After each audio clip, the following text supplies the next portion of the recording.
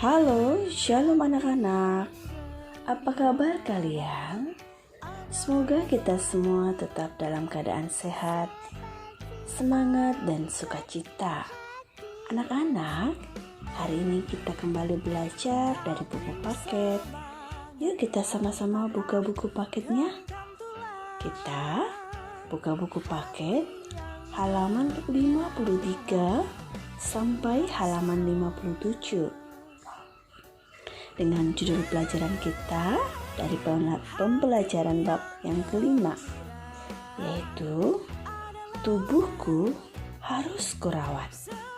Bacaan Alkitab kita terambil dari 1 Korintus 6 ayat 19 sampai 20, Yohanes 5 ayat 1 sampai 9, dan Matius 22 ayat 39. Nah anak-anak, sebelum berhenti menjelaskan materi ini, mari kita sama-sama berdoa. Lipat tangan, tutup mata. Berhenti akan pimpin doanya. Mari kita berdoa. Bapa di surga, kami bersyukur serta berterima kasih buat kasih-Mu dan penyertaan-Mu bagi kami semua. Hari ini kami akan belajar. Mohon pimpin, lindungi, bimbing, dan sertai kami, supaya kami dapat memahami isi pelajaran hari ini dengan baik dan dapat melakukannya. Berkati kami juga dalam mengerjakan tugas, supaya kami dapat mengerjakannya dengan baik dan benar. Terima kasih, ampunkanlah segala dosa dan pelanggaran kami, agar kami senantiasa layak dalam memuji memuliakan Tuhan dalam kehidupan kami. Terima kasih, kami berdoa dalam nama Tuhan Yesus, Tuhan dan Juru Selamat kami yang hidup. Amin. Anak-anak, mari kita sama-sama buka buku paket kita halaman 53 sampai halaman 57. Nah, hari ini materi kita dari bab yang kelima akan dijelaskan oleh Mr. Benny. Yuk kita simak sama-sama penjelasan dari Mr. Benny.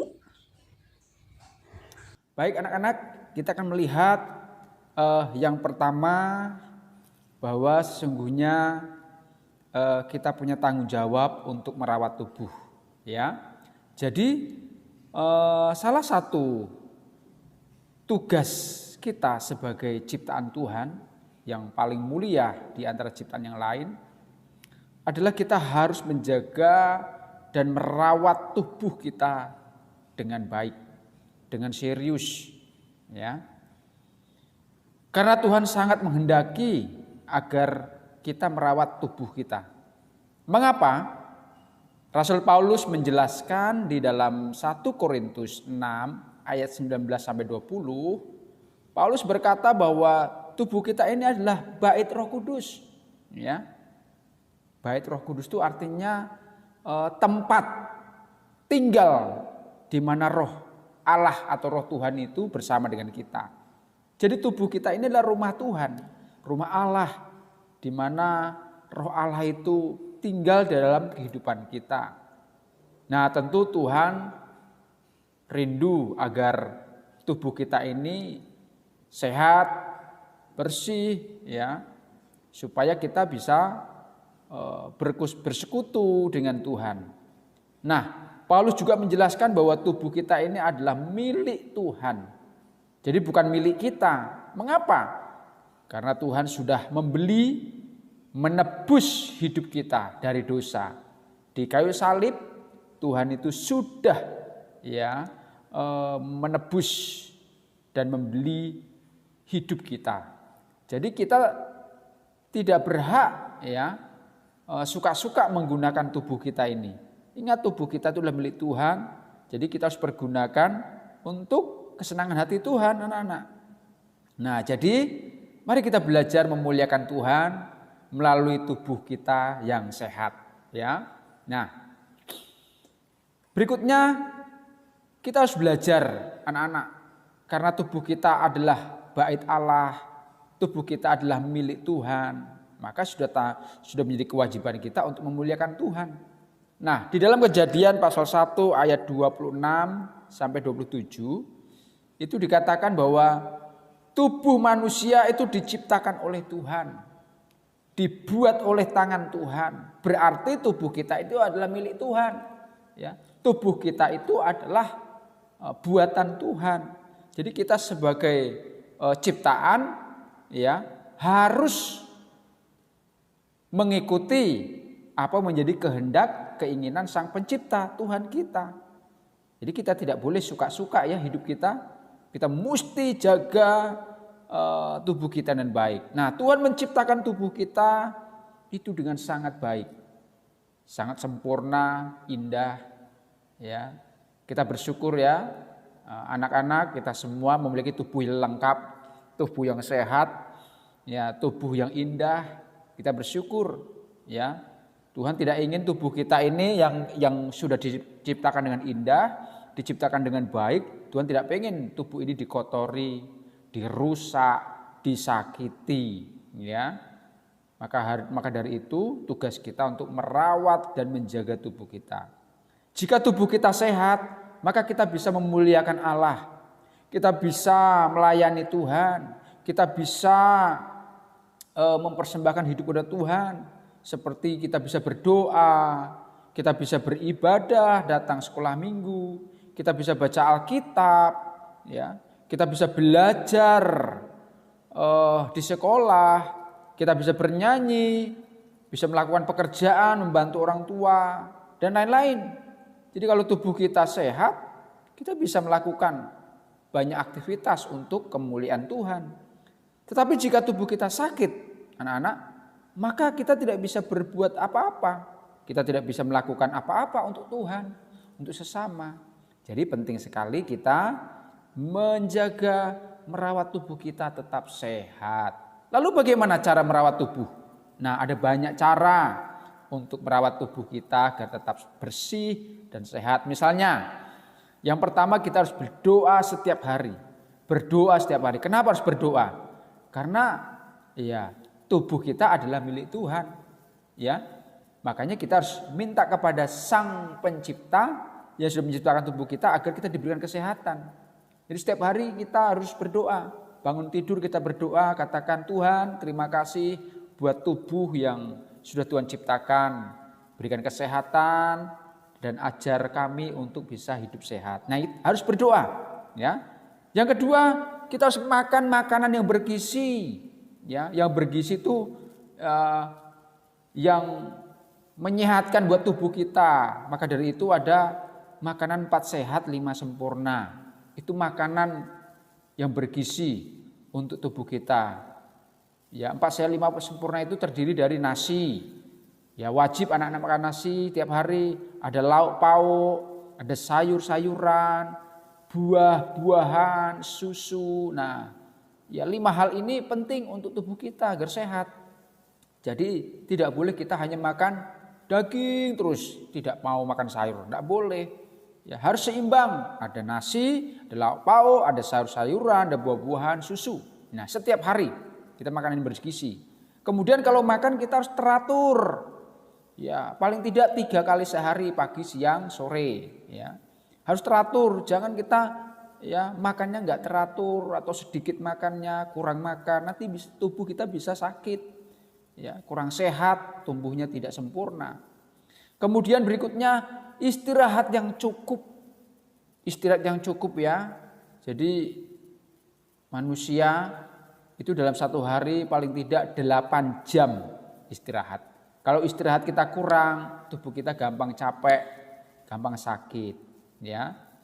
Kebanyakan tidur juga kurang sehat. Jadi harus cukup, ya, cukup istirahatnya. Kemudian mandi dan gosok gigi yang bersih dan teratur. Jadi anak-anak kalau mandi gosok gigi harus bersih ya. Ya dan itu teratur 1 hari 2 kali, ya minimal ya. Mandi yang bersih, ya gosok gigi yang bersih. Berikutnya memakai pakaian yang bersih dan rapi. Jadi pakaian setiap hari pastikan harus diganti. Kalau kotor, ganti karena keringat manusia itu ya itu banyak kuman bakteri, itu bisa membuat tubuh sakit. Jadi pakaian itu harus bersih terus rapi. Kemudian kalau makan harus cuci tangan, sebelum makan cuci tangan ya. Ya, karena tangan kita ini kan kita tidak tahu ya memegang sesuatu yang ternyata itu ada kumannya, ada virusnya. Jadi harus belajar mencuci tangan sebelum tidur. Dan juga mencuci tangan kaki ya, mencuci tangan sebelum makan. Ya, sebelum tidur juga bisa cuci tangan, cuci kaki supaya tubuhnya bersih. Kemudian berikutnya berolahraga yang cukup. Jadi perlu manusia itu olahraga. Nah, ya, olahraganya misalnya seperti lari pagi di sekitar rumah atau senam ya, dan itu rutin, maka tubuh kita akan sehat anak-anak. Nah, mengapa kita harus menjaga tubuh kita tetap sehat, bersih? Karena Tuhan Yesus sangat peduli dengan tubuh kita. Tuhan Yesus sangat sayang dengan tubuh kita. Sesungguhnya Tuhan Yesus itu sangat sedih ya jika tubuh kita ini sakit-sakitan. Ya. Nah, dalam pelayanan Tuhan Yesus banyak sekali Yesus melakukan mujizat kesembuhan. Yesus banyak menyembuhkan orang sakit. Mengapa Tuhan Yesus menyembuhkan orang sakit? Karena Tuhan Yesus peduli dengan kesehatan tubuh. Tuhan tidak membiarkan orang-orang itu sakit. Makanya Tuhan Yesus ya banyak melakukan penyembuhan. Misalnya apa? Orang buta yang sejak lahir ya itu buta disembuhkan. Orang lumpuh disembuhkan Tuhan Yesus. Orang bisu disembuhkan Tuhan Yesus. Orang yang sakit kusta, orang yang bungkuk dan lain-lain banyak sekali. Ya penyakit disembuhkan oleh Tuhan Yesus. Artinya apa? Tuhan Yesus sangat peduli dengan tubuh kita. Ya. Maka dari itu kita harus peduli juga dengan tubuh kita. Nah, apa yang harus kita lakukan jika tubuh kita sakit? Nah, ya tentu yang pertama kita harus berdoa kepada Tuhan supaya Tuhan berikan kesembuhan. Ya. Berikutnya kita pergi ke dokter, kita periksa sakitnya apa. Nah, setelah kita periksa, tentu kita harus rutin minum obat yang teratur. Jadi obat yang diberikan dokter harus diminum supaya tubuh kita sehat. Nah, kemudian istirahat yang cukup, jangan banyak bermain, jangan banyak capek. Jadi supaya tubuh kita sehat. Ya. Nah, mari kita lihat kisah Yesus menyembuhkan orang lumpuh. Ya, nanti anak-anak bisa baca dalam Injil Yohanes pasal 5 ayat 1 sampai 9. Ya, di sana ada kisah ya, di sebuah kolam bernama Bethesda, di situ banyak sekali orang berkumpul, orang sakit. Ya, ada orang yang kakinya timpang. Ya, timpang itu artinya ya tidak samat panjangnya. Kemudian ada orang buta, ada orang lumpuh dan penyakit-penyakit lain. Ya, jadi orang-orang sakit itu ya mereka berkumpul di kolam Bethesda. Kenapa? Ya, karena mereka punya keyakinan, mereka percaya kalau mereka menceburkan diri ke kolam, air itu bisa menyembuhkan penyakit mereka. Nah, itu keyakinan mereka. Ya. Nah, tapi ada satu orang sakit lumpuh, dia nggak bisa ya menceburkan dirinya ke kolam. Kenapa? Ya karena dia nggak bisa berjalan. Ya, dia nggak bisa berjalan, nggak ada yang mau bantu dia. Nggak ada yang mau nolong dia, jadi dia nggak bisa ngapa-ngapain. Nah di situ Tuhan Yesus melihat, dia kasihan sama orang lumpuh ini. Lalu Yesus tergeraklah untuk menyembuhkan orang lumpuh ini. Orang lumpuh ini akhirnya sembuh. Nah sembuh. Nah kalau sudah sembuh, apa tugas ya tugas manusia, tugas kita? Kalau sudah disebut oleh Yesus, ya harus menjaga, mengasihi tubuh ini. Makanya dalam Matius pasal 22 ayat 39. Ya, Tuhan Yesus katakan, kasihilah sesama manusia seperti dirimu sendiri. Ya, jadi selain kita mengasihi orang lain, kita juga mengasihi diri kita. Maksudnya tubuh kita ini, tubuh kita harus kita sayangi. Gak boleh sembarangan makan, gak boleh sembarangan kita makan minuman yang berbahaya. Jadi kasihlah tubuh kita ini tetap sehat. Ya, anak-anak. Nah, di akhir pelajaran ini ada ayat hafalan yang anak-anak perlu baca dan hafalkan. Amsal 17 ayat 22. Dikatakan di sana, hati yang gembira adalah obat, tetapi semangat yang patah mengeringkan tulang. Ya, jadi kalau kita mau sehat, kalau kita mau ya, tubuh kita tidak sakit, ya selain hal-hal tadi ya, makan yang teratur, makan yang bergizi, olahraga, tidur yang cukup, ya ternyata ya hati yang gembira itu juga membuat tubuh kita sehat.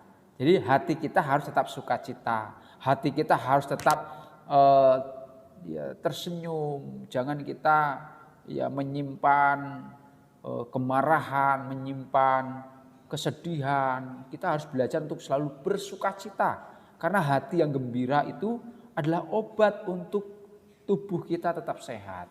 Nah, anak-anak, demikianlah pelajaran kita hari ini. Ya, jadi melalui materi kita Tuhan ingatkan bahwa kita punya tanggung jawab untuk menjaga dan merawat tubuh kita dengan baik. Ya, dengan tubuh yang sehat kita bisa menyenangkan hati Tuhan. Ya, sekian anak-anak, kita berjumpa kembali di dalam pelajaran berikutnya. Tuhan Yesus memberkati. Salam.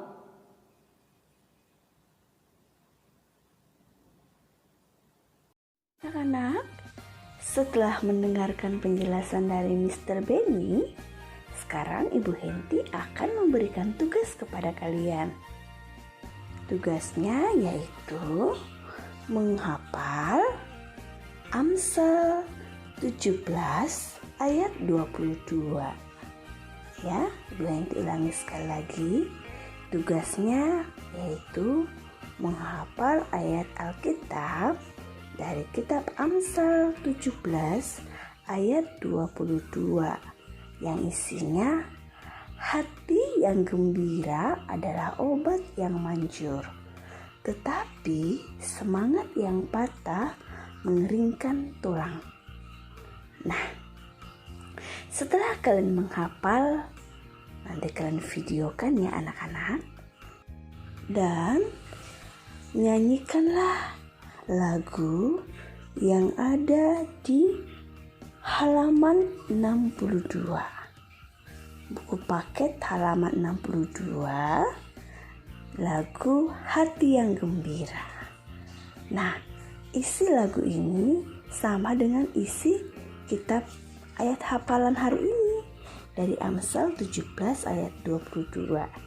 Nah, nanti untuk contoh lagu menyanyikan lagunya, nanti kamu lihat video berikut ini ya. Oke anak-anak, divideokan, buat gerakannya yang bagus, nyanyikan dengan bagus, lalu nanti kirimkan videonya melalui WhatsApp Ibu Henti. Itu saja tugasnya hari ini. Itu sebagai tugas praktek kalian hari ini. Oke? Baiklah, shalom, Tuhan Yesus memberkati.